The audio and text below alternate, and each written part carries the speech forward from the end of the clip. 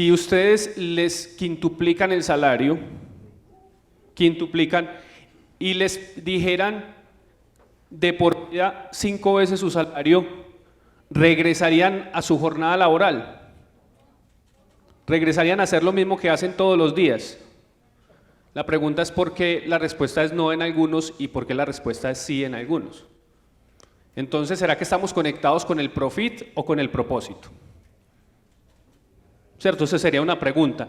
Entonces, cuando uno descubre su propósito, uno hace lo que sea para que esto se cumpla y busca personas, amigos, conexiones para que esto ocurra. Entonces, la pregunta es, ¿será que en este espacio alguno de nosotros estaremos a punto de descubrirlo? Pues yo ya lo descubrí. Y mi propósito personal es ayudar a la humanidad a trascender de seres robotizados realmente a seres humanos por medio de las tecnologías emergentes y así conectar desde lo intuitivo, lo artístico y lo espiritual para encontrar las soluciones a los problemas de la humanidad. ¿Y eso cómo se entiende? Nosotros creemos que los robots nos van a reemplazar, pero es que si somos robots, no hay nada más robotizado que tomar una planilla y pasarla a un Excel. Eso no es una actividad humana, eso es una actividad robótica. Entonces, cuando los robots pase lo siguiente, y es que entre un tema que ya entró hace rato, que es la exponencialidad. Perdón, antes de entrar a la exponencialidad, cuando entramos a este mundo van a pasar dos cosas. Una, las actividades físicas van a ser reemplazadas por robots, es decir, levantar una caja, poner un adobe, todas esas actividades van a ser reemplazadas. Y la segunda, vamos a ser reemplazados cognitivamente, es decir, cualquier actividad cognitiva, el problema no es qué fecha va a pasar, cualquier actividad cognitiva va a ser reemplazable. Entonces la pregunta es, ¿qué vamos a hacer? Si ya no hacemos cosas físicas, pero tampoco cosas cognitivas. Entonces hay que superar eso y hay que trascender para poder superar la inteligencia artificial, trascendemos a la inteligencia espiritual e intuitiva, para los que en una corriente u otra. Porque si usted hoy un algoritmo de inteligencia artificial le dice que por favor sea capaz de sentir o presentir cuando un ser querido ha fallecido y usted ni siquiera se ha dado cuenta, pero lo siente, tienen que ser muchos algoritmos, mucha computación para que eso ocurra. Entonces, cuando esto ocurra, nos vamos a quedar entre comillas sin trabajo, vamos a empezar a conectarnos nosotros mismos.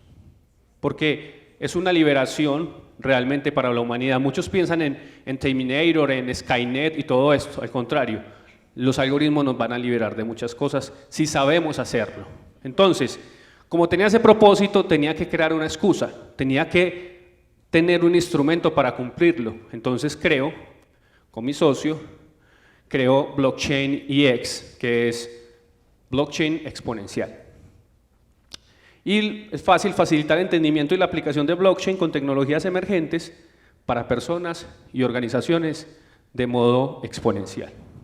Entonces ocurre eso y empezamos a trabajar hace 2 años, yo llevo en temas de blockchain 3 años, y nos ocurrió crear un hilo conductor, porque esto no funciona como una empresa tradicional, funciona un poco distinto y es comunidad para conectarnos, para establecer relaciones comunes, educación para aprender, innovación para materializar, eventos para mostrar y red para expandir. Eso es una secuencia lógica para poder nosotros lograr el objetivo. Y esto nos llevó a crear el primer token de ciudad, o sea, una ficha para intercambiar innovación y ocupar el puesto 78 en el ranking de innovación de la ciudad. ¿Qué más hicimos? Hicimos 100 eventos en casi año y medio, 5 ciudades, Medellín, Bogotá, Cali, se me escapa el otro, y San Francisco, California. Hemos impactado a más de 6.000 personas en lo que llevamos del año y una veintena de clientes aproximadamente. Estamos hoy con Ruta N, haciendo el token de innovación de la ciudad, una ficha de intercambio para intercambiar, valga la redundancia, temas de innovación y acelerar e internacionalizar el ecosistema de innovación. Entonces, a lo que venimos, hablamos de cuarta revolución, ya hemos tocado mucho este tema, pero algo que es común en estas 3 revoluciones, la primera fue la máquina de vapor, la segunda las redes eléctricas, luego la computación y por último toda la inteligencia y la convergencia tecnológica. Las tres primeras fueron muy lentas, pero la última ocurrió muy poco y muy rápido. El término cuarta revolución es acuñado por Klaus Schwab, el fundador del World Economic Forum, donde habla de los cambios no transforman las cosas, sino que transforman lo que somos. Entonces, a partir de acá surge, el cambio se vuelve exponencial, convergente y en red. O sea, demasiado rápido para poder asimilar el cambio, no podemos separar las tecnologías de las personas y debe ser totalmente conectivo. Si no pensamos en red, no es fácil lograr el objetivo para resolver un problema.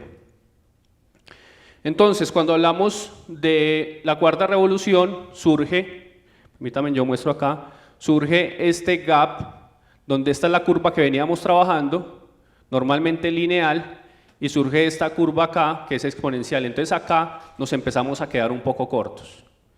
Y ese cambio obedece a diferentes tecnologías que aparecen, donde empresas tecnológicas empiezan a ocupar los primeros lugares en captura de valor. Estas empresas ya no crecen de modo lineal, empresas que crecen no el 10% anual o el 50% anual, sino 10x, 20x y demás. Entonces, ¿qué sucede? Si los cambios son exponenciales, ¿por qué seguimos con un pensamiento lineal? Las estructuras jerárquicas que fueron diseñadas para conservar imperios, partidos políticos y conservar grandes corporaciones, o sea, esas estructuras que son muy parecidas a la pirámide, son muy rígidas para cambios tan veloces, no responden a esas velocidades de esos cambios. Por lo tanto, las estructuras tienen que ser redefinidas y tiene que ser pasar, como hablaba Yesid y como hablaba Rose, también de un modelo jerárquico a un modelo redárquico. ¿Por qué? Porque en un modelo piramidal las personas llegan, modelo estructural, llegan y miran, ¿qué hay para mí? En un modelo de colaboración como este, ¿qué hay para aportar? Son dos cosas distintas, son dos formas de llegar y de intervenir distinto. Y cuando alguien llega diciendo que hay que aportar, el valor capturado siempre será mayor. Si no, pregunten qué pasó con la enciclopedia Encarta. ¿Quién de aquí tuvo enciclopedia Encarta? Yo creo que muchos. Y luego ya sabemos qué pasó con Wikipedia, ¿cierto? En Encarta era un modelo jerárquico y Wikipedia un modelo redárquico. Ya sabemos cuál sobrevivió.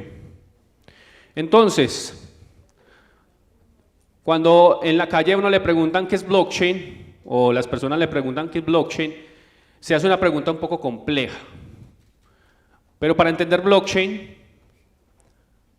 debemos de saber qué no es blockchain. Es más fácil partiendo de ahí. Entonces, si ustedes se encuentran con un técnico, pues yo soy técnico, mi formación es de sistemas, fui profesor de desarrollo de software muchos años, pero me enfoqué en la consultoría, en la parte de negocios y luego ya en estrategia, pero el técnico siempre tiende a minimizar o a sintetizar las cosas. Entonces, blockchain no es una base de datos. ¿Por qué? Porque no tiene database administrator, no tiene modelo relacional, ni lenguaje estructurado de consulta. No, blockchain es simplemente Bitcoin. No, Bitcoin es un caso de uso de blockchain. Entonces, ¿qué es blockchain? Blockchain es un protocolo. ¿Y qué es un protocolo? Cuando ustedes digitan en internet HTTP, están hablando de Hypertext Protocol, protocolo de hipertexto. Es la manera en que las redes comunican texto. Blockchain es un protocolo para intercambiar valor y generar confianza distribuida sin intermediación. Pregunto, ¿quién de ustedes conoce un negocio sin intermediarios? ¿Quién? ¿Qué negocio existe sin intermediarios? ¿Qué es una agencia de arrendamientos? ¿Qué es un banco? ¿Qué es una aseguradora? Son los que intermedian en la confianza de las transacciones entre las partes. Y este protocolo permite la confianza sin esos intermediarios. Están de frente de un protocolo que transforma la sociedad por completo. Entonces, pero aparte de ese protocolo que está encadenado, por eso su nombre blockchain, cadena de bloques, donde cada bloque es un conjunto de registros, ese conjunto de registros está encadenado a través de criptografía o matemática, y esa matemática permite que no sea corruptible, porque los seres humanos no somos corruptos, somos corruptibles. Entonces, ¿qué pasa cuando está centralizada la información? Quien tiene esa información puede ser corruptible y cambiar. Entonces, un notario puede cambiar el registro notarial, el banquero puede cambiar el registro en el banco, el de restitución de tierras puede cambiar el predio y demás. Pero aparte de que la información está encadenada, protegida por criptografía y fuera de eso en secuencias matemáticas, está en un modelo de red distribuido, es decir, ustedes recuerdan cuando los que somos mayores de 35 recuerdan Telecom, ¿cierto? Esto era Telecom, se cae Telecom y se cayó todo, ¿listo? No hay teléfono en el país. Pero luego aparecieron operadores, entonces este descentralizado, luego pasamos a descentralizado, donde habían varios operadores, entonces se cayó Claro, se cayó Tigo, perdón las marcas, pero hay que mencionar, pero cuando se caen esos operadores, una parte del sistema se afecta, hay algunos afectados, mírenlo acá en el ejercicio de este videojuego, ¿cierto? Pero cuando un sistema distribuido como blockchain, que es cuando se ataca el sistema ni siquiera se siente. Entonces es un sistema más seguro porque es una red distribuida. Entonces para entender blockchain, imagínense que yo les digo, por favor tomen nota todos de 1 hasta 5 y escríbanlo 1, 2, 3, 4, 5. Y luego yo me voy y algunos de ellas se ponen de acuerdo a decir, no fue 4 o 5, coloquémosle hasta 8. Cuando yo regreso, yo pregunto, ¿y hasta cuándo escribí? Valido el consenso y realmente la verdad se vuelve un consenso social en blockchain. Entonces, realmente lo que estamos haciendo, lo que tenemos acá es un protocolo que asegura la confianza de la sociedad de manera distribuida, donde todos somos jueces, parte, notario y todos verificamos las transacciones, pero no lo hacemos manual, sino a través de algoritmos matemáticos y redes computacionales. Entonces, ¿por qué pienso? Y eso me lo atribuyo porque no he encontrado algo en la literatura, pues sé que hay que citar, pero me quiero citar yo hoy. Y es que blockchain es la nueva configuración de la sociedad y les voy a explicar por qué. Porque tenemos un protocolo que no permite la alteración del pasado por su naturaleza encadenada criptográfica y su protocolo de distribución de información en red para que no sea cambiada de manera arbitraria. Entonces tenemos una identidad que no cambia, entonces yo sé con quién estoy negociando, o sea, sé con quién estoy haciendo la transacción porque no va a cambiar la identidad, pero aparte de eso en blockchain yo puedo agregar acuerdos o contratos que sé que no me los van a cambiar, entonces esos contratos me permiten intercambiar valor, más que dinero, intercambiar activos, asegurar la verdad a la velocidad de la luz. Es la reconfiguración de la sociedad y es volver a la sociedad totalmente líquida. ¿Por qué? Porque en la sociedad se necesitan personas que hagan intercambios, acuerdos para hacer esos intercambios, dinero y activos programables en una cadena de bloques trazable, verificable y confiable, y es la sociedad a la velocidad de la luz. Entonces, esta gusta mucho, entonces voy a bajar otro momentico. Entonces, ¿qué pasa? ¿Quién de acá ha desarrollado o ha trabajado en software libre? Alza la mano. 1, 2, 3, 4. ¿Quién de acá conoce Linux? Así sea. ¿Ok? ¿Qué pasaría a ustedes los de Linux si les digo que acaban de encontrar dinero programable de código abierto?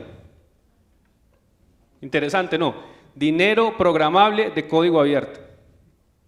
O sea, cuando yo encontré PHP, que empecé a programar en el 2001, cuando yo me encontré que podría crear mis propios códigos, a mí se me estalló la cabeza. Pero ahora decir que dinero programable de código abierto, eso es otra cosa. Porque no aparte de dinero, sino también la confianza, porque la base de la sociedad es la confianza. Y sin confianza no hay transacciones, sin transacciones no hay economía y sin economía no se mueve una sociedad. Entonces no estamos hablando de un protocolo menor. 5 minutos, muy bien. Entonces, en el 2029, el anterior speaker decía, bueno, antes de que íbamos a ser superados por las máquinas. Este señor que aparece acá, Ray Kurzweil, dice que el director de ingeniería de Google, que en el 2029 prácticamente seremos reemplazables por muchos algoritmos. Entonces, y cuando hablamos de convergencia, entonces, ¿de qué estamos hablando? El Centro de la Cuarta Revolución priorizó en tecnologías y protocolos, porque blockchain es protocolo. ¿Para qué? Para abordar la Cuarta Revolución. Y esto se entiende de una manera muy sencilla. Entonces, IoT, que es Internet de las Cosas, son todos los sensores conectados con el mundo real. El mundo real entra a lo digital, es decir, IoT es la conexión del mundo real con el mundo digital. Es los 5 sentidos, lo que veo, lo que escucho, frío, calor, temperatura, eso es IoT. Un teléfono, una cámara es un dispositivo IoT. Cuando navegas en Waze, estás con un GPS, es un dispositivo IoT. Entonces, con IoT podemos sensar el exterior. Pero, ¿qué pasa con esos datos si yo no aprendo de ellos? Entonces le aplico algoritmos de inteligencia artificial. Pero, ¿qué pasa si esos datos no son confiables, verificables ni trazables? Entonces tampoco sirve. Entonces le aplicamos blockchain para darle veracidad, transparencia y confianza a esos datos. Es como el cuerpo humano. Los sentidos que aprenden, los sentidos que sensan, la inteligencia que aprende y la memoria que no olvida, que es transparente y que es confiable. Entonces, ¿cuál es el camino? ¿Qué hay que hacer? Muy sencillo. Y es, primero, mentalidad. Si no atacamos o no intervenimos el mindset y luego pasamos al entendimiento de estas tecnologías, no podremos pasar a la acción. Muchas empresas quieren desarrollar cosas sin ni siquiera hay una mentalidad digital o un mindset digital para abordarlas. Segundo, no hay entendimiento. Entonces, ¿cuál es la recomendación y qué es lo que hacemos nosotros con las compañías? Llevarlos de la mentalidad al entendimiento y a la acción. Entonces trabajamos cultura digital, bueno, todo lo demás, luego el entendimiento de las tecnologías, pero ¿cómo le agrega valor a su negocio o cómo le agrega valor a su proceso o a su emprendimiento? Entonces las empresas, las startups y con un enfoque centrado en el usuario, es decir, brindando la mejor experiencia donde blockchain, IoT, inteligencia artificial y otras tecnologías emergentes se cruzan unas con otras para agregar el mayor valor. Entonces, mentalidad convergente en red y exponencial. Entonces, esto, lo que estoy haciendo, sigue ayudando a cumplir mi propósito, que no seamos seres robotizados y nos volvamos a encontrar desde lo humano, lo intuitivo y lo espiritual. Muchas gracias. Feliz tarde.